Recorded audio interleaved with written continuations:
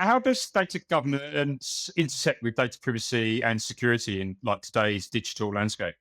Yeah, absolutely. So, one of the key components of data governance is data lineage, data cataloging, and data cataloging goes right straight away into data privacy and data security capabilities. So, if I'm cataloging my data assets appropriately and I flag something as potentially something that needs to be private or something that could be a security opening for someone, I'm making sure that data doesn't get into certain places that could cause me problems. So, technically I'm tagging it so it doesn't go into models, so it doesn't go into places where I don't know where it's going. But also on the security side, we've got to be very rigid these days. There's so many bad actors out there, and we have to be airtight on who's accessing our data. And in the policy and procedure area, this is still the hottest topic.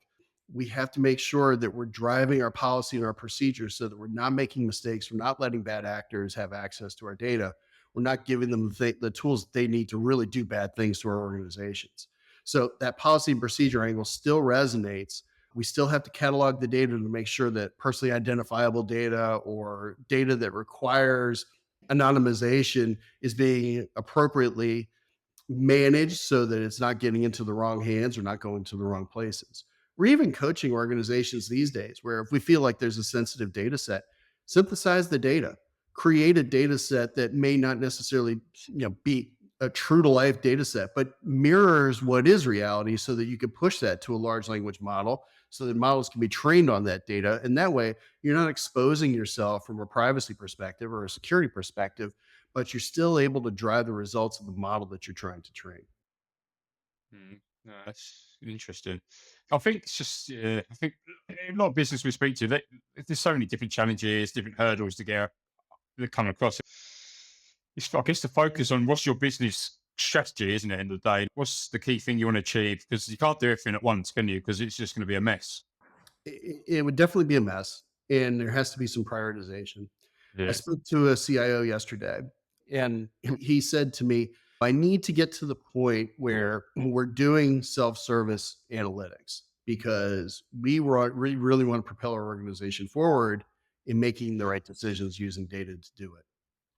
But he said that we just don't have the maturity to do it. He wanted to talk at length, almost an hour and a half, which is an amazing amount of time for someone who is at that level of an organization, about specific strategies as to how he could manage their data better. What are the things that they need to do?